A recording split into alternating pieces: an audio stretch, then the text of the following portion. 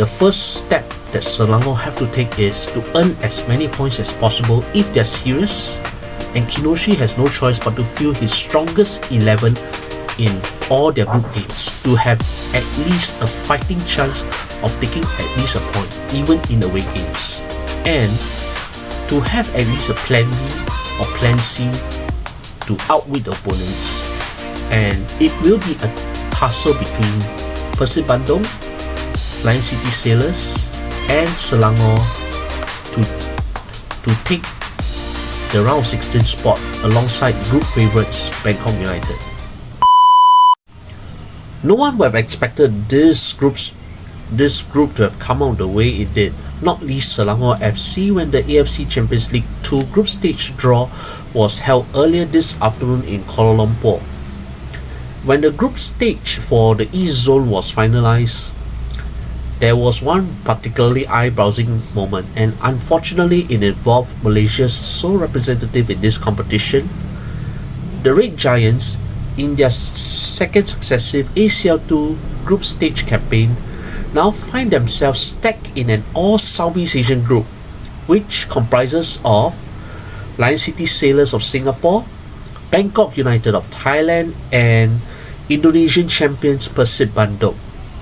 And if we take away the previous ASEAN Zone group stage qualifiers semi-finals, which was in place between 2017 to 2023-24 campaigns, the only time when an all-Southeast Asian group occurred in an Asian club competition, in this modern era, came more than a decade ago, and that was as far back as 2012.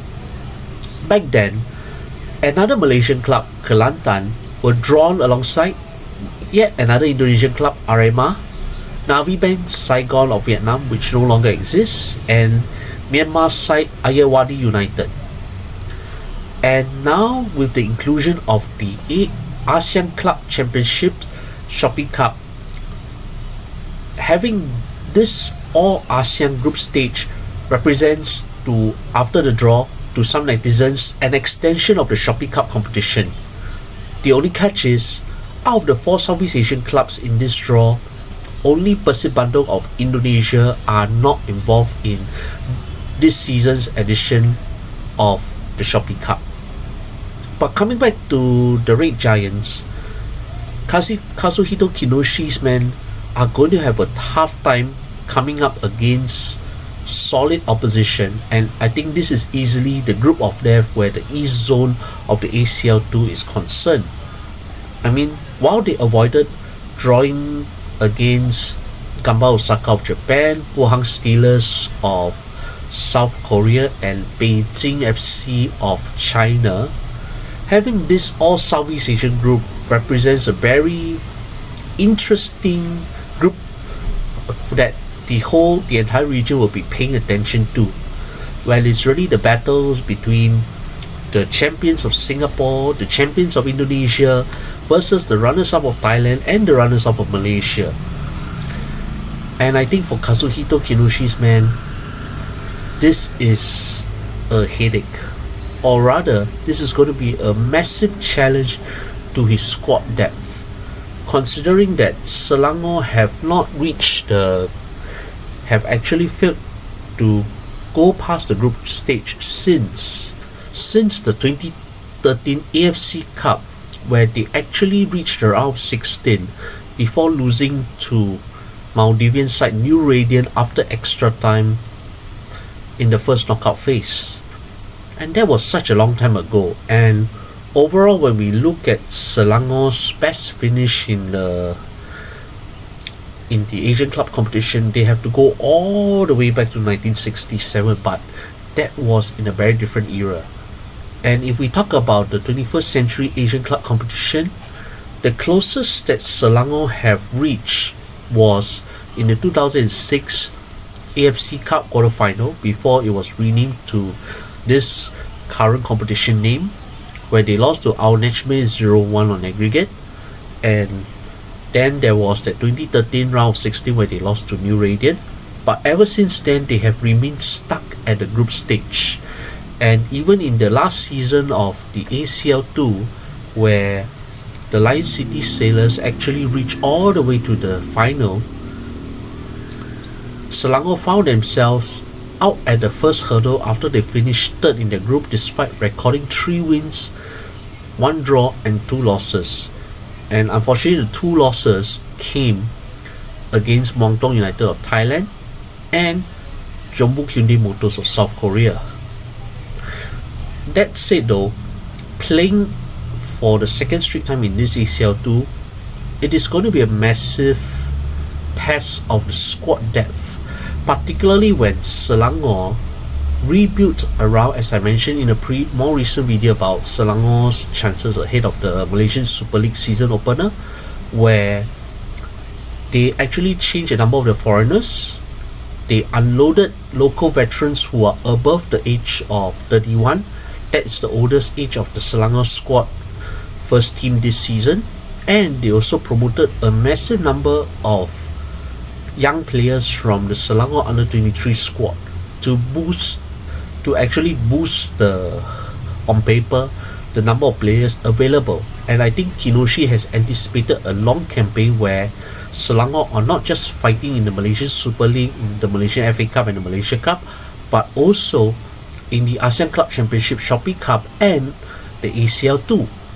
And given that there are varying priorities on this, in which Selangor have probably stated a few aims on the domestic end, but I do suspect the Selangor FC management do want their club to get past the group stage hurdle, which they have not done for the last 3 times they competed in Asia in the 2014 and 2016 editions of the AFC Cup, and also in the ACL2, where they also failed the first hurdle last year. But given the group that Selangor have had, it is going to be quite a tall order, and especially when Bangkok United come with quite a solid reputation. Then you have Lion City Sailors from neighbouring Singapore, who actually reached the final last season before losing in injury time 1-2 to Sharjah of the United Arab Emirates. And you have Persib Bandung, who actually competed in last season's ASEAN Club Championship Shopee Cup. So Persib Bandung are not lacking in experience when it comes to competing on multiple fronts last season. Just that due to Indonesia's and alternate entries not being accepted by the ASEAN Football Federation, Persib Bandung's calendar will be less congested compared to Bangkok United, Lion City Sailors, and obviously Selangor, all of whom are competing in this season's edition of the Shopee Cup.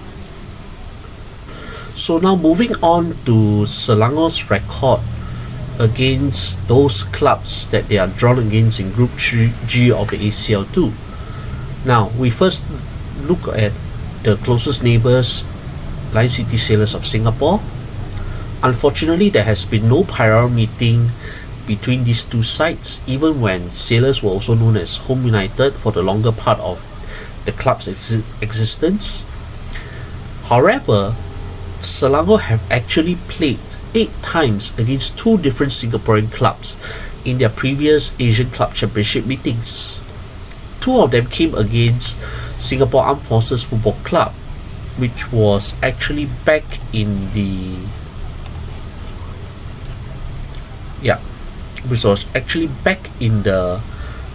Asian Club Championship 1998-99, where they defeated SCFFC 4-2 on aggregate following a commanding 4-1 win away at Jurong Stadium before losing 0-1 at Shah Alam Stadium.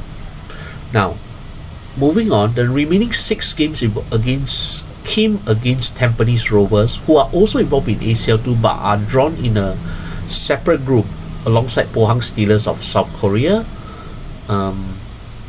BG Patum United of Thailand, and Kaya Iloilo of the Philippines.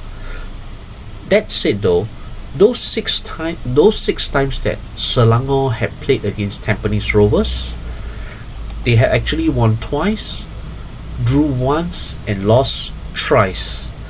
And overall, the record against Singaporean clubs is quite a mixed bag. Overall, they have played a total of 8 games against Singaporean clubs in the Asian club competition. They won 3, drawn 1, and lost the remainder, scored 30 goals, and conceded 12. Against a Sailors side that have kept the core of the squad ahead of their upcoming Singapore Premier League season, I think for where the squad depth is concerned, Sailors have greater depth, not just in terms of numbers, not just in terms of the quality of the foreigners on offer, but also the quality of the locals as well. With all due respect to the qualities of Faisal Halim and even the Jordanian internationals, Alvin Fortes, and even the new recruits who have actually impressed since in the opening 2 games, which I actually watched online, Zach Claw for his high work rate and attacking dynamism in the final third, and also Chirigo, who actually had a solid second game. I mean, where he scored the 3rd goal in the 3-0 win over Brunei DPM FC earlier this week. But still, the level of the Selangor imports pale against the Sailors, where the Sailors have kept the likes of Ledity, Pat Ramsala, fullback Diogo Costa, and even Maxime Lestienne, who has been at the Sailors since their club owner and current Football Association of Singapore President Forrest Lee took over Home United and re-privatized it as its current branding in 2020. These guys, I mean, with the high level of these foreigners, they were the real reasons why Sailors were able to reach that far, and that includes a walkover win in their favour following an administrative error by J1 League side Sanfrecce Hiroshima. Still, the depth that they had allowed them to swashbuckle against, clubs in the region, and also I think even against Australia as well, as they brush aside Sydney FC with the tactical discipline, with the tactical knowers by their head coach Alexander Rankovic. Kinoshi has his work cut out when it comes to playing against the Sailors. Probably Kinoshi might hope that Sailors might not feel their strongest squad when it comes to their first meeting in mid-September. That's on match day 1. Provisionally, the Sailors are supposed to host Selangor, but potentially due to Jalan Besar Stadium being returfed back to natural grass and Bishan Stadium being unavailable due to track issues, especially after it was converted into the grand final venue for the ACL2 last season, a few months back. So there's now a chronic shortage of eligible stadiums apart from the vast 55,000 capacity national stadium, which would require a 6-digit sum for Football Association of Singapore or the Singapore Premier League or even the Sailors themselves to rent for a few days for this occasion. It is likely that the first game could be held in Petaling Jaya because of this, so that we expect a reversal when the full fixtures are eventually released. But still, against Lion City Sailors, those two games are going to be very tough. Now, moving on to Persib Bandung. Like with Sailors, they actually have no previous meeting in any competition. And Persib Bandung come into this competition as Indonesia Liga 1 winners, and they comfortably overcame Filipino side Manila Liga to secure their place for the 2nd straight season in Asia. And the thing is, when it comes to those few encounters they had against Indonesian clubs, it marks for not so great reading for Selangor, because Selangor have yet to win a competitive game against any Indonesian club In their 4 meetings against Indonesian sides, they have only managed to draw once against Arema and lost the remainder. 3 goals scored and a whopping 11 goals conceded. And the bulk of those goals conceded came in their head-to-head losses against Sriwijaya in the group stage of the AFC Cup, which goes all the way back to 2010. Yes, when they lost 0-4 at home and 1-6 away. That was how tough Selangor had to cope against Sriwijaya, which were then relegated from losing the AFC Champions League playoff to SCFFC. Then you go on to Arema, where they actually managed to hold them to a 1-1 draw in 2014, only to lose 0-1 away. Either way, playing against one of the Indonesian powerhouses with a massive fan support is a massive fan experience for Selangor fans, the Ultra Selangor, but it is not going to be easy, especially playing away, where the fans are considered one of the most passionate in the archipelago.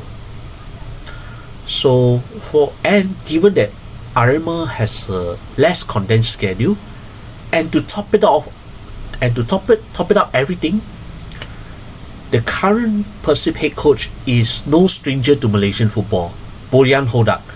Bojan Hodak has previously guided Kuala Lumpur City to the AFC Cup final in 2022 and has previously led Kelantan to multiple domestic silverware when he was in charge of the East Coast team. And he knows the Malaysian football inside out.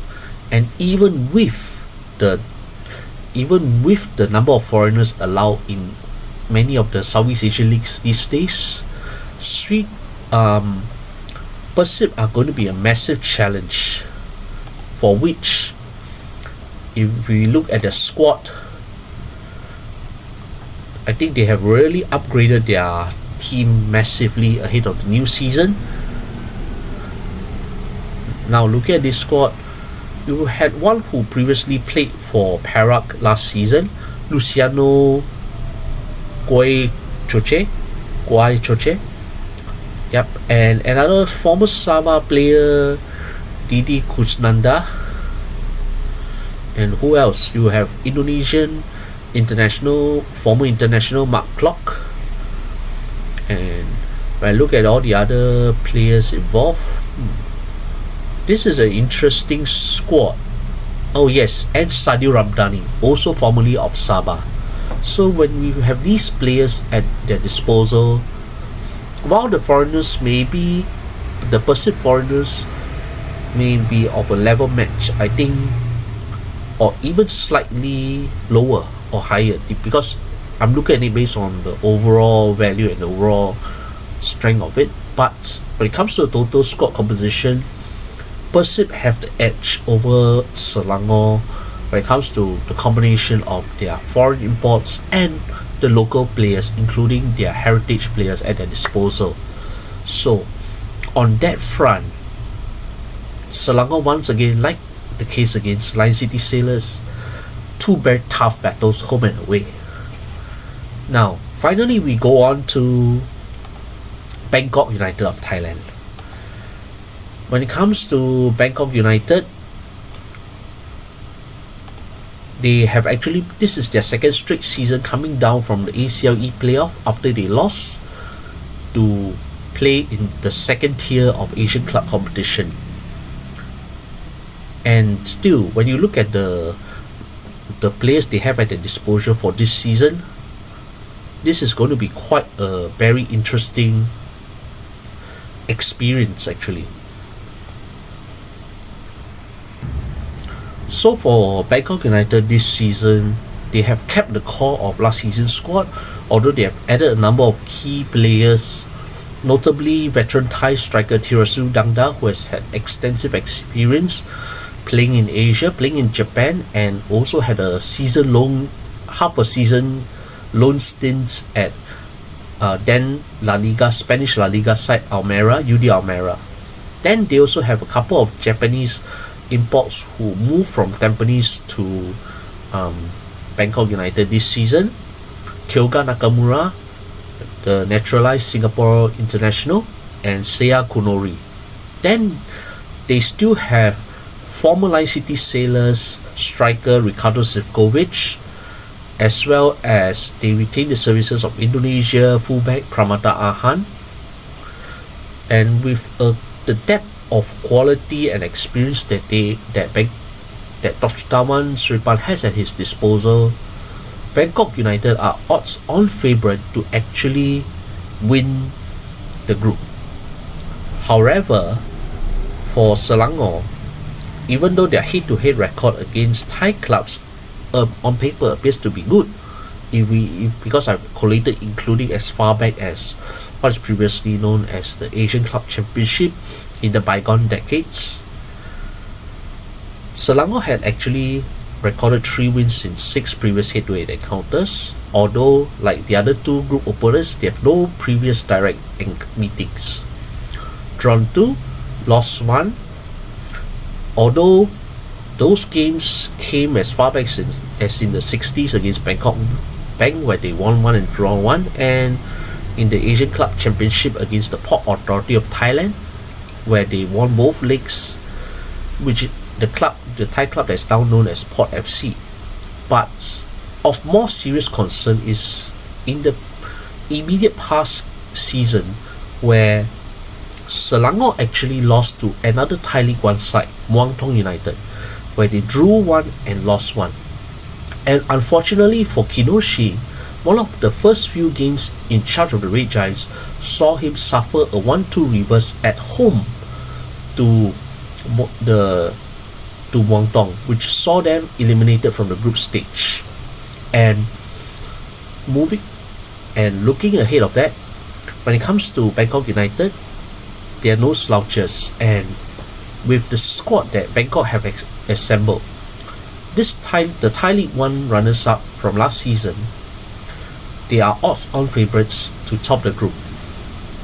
They have the depth, they have a number of Thai players, primarily they have a number of experienced Thai players who are able to guide the team through critical times, but also good, decent Thai players of quality standard, of technical quality, who are going to cause problems.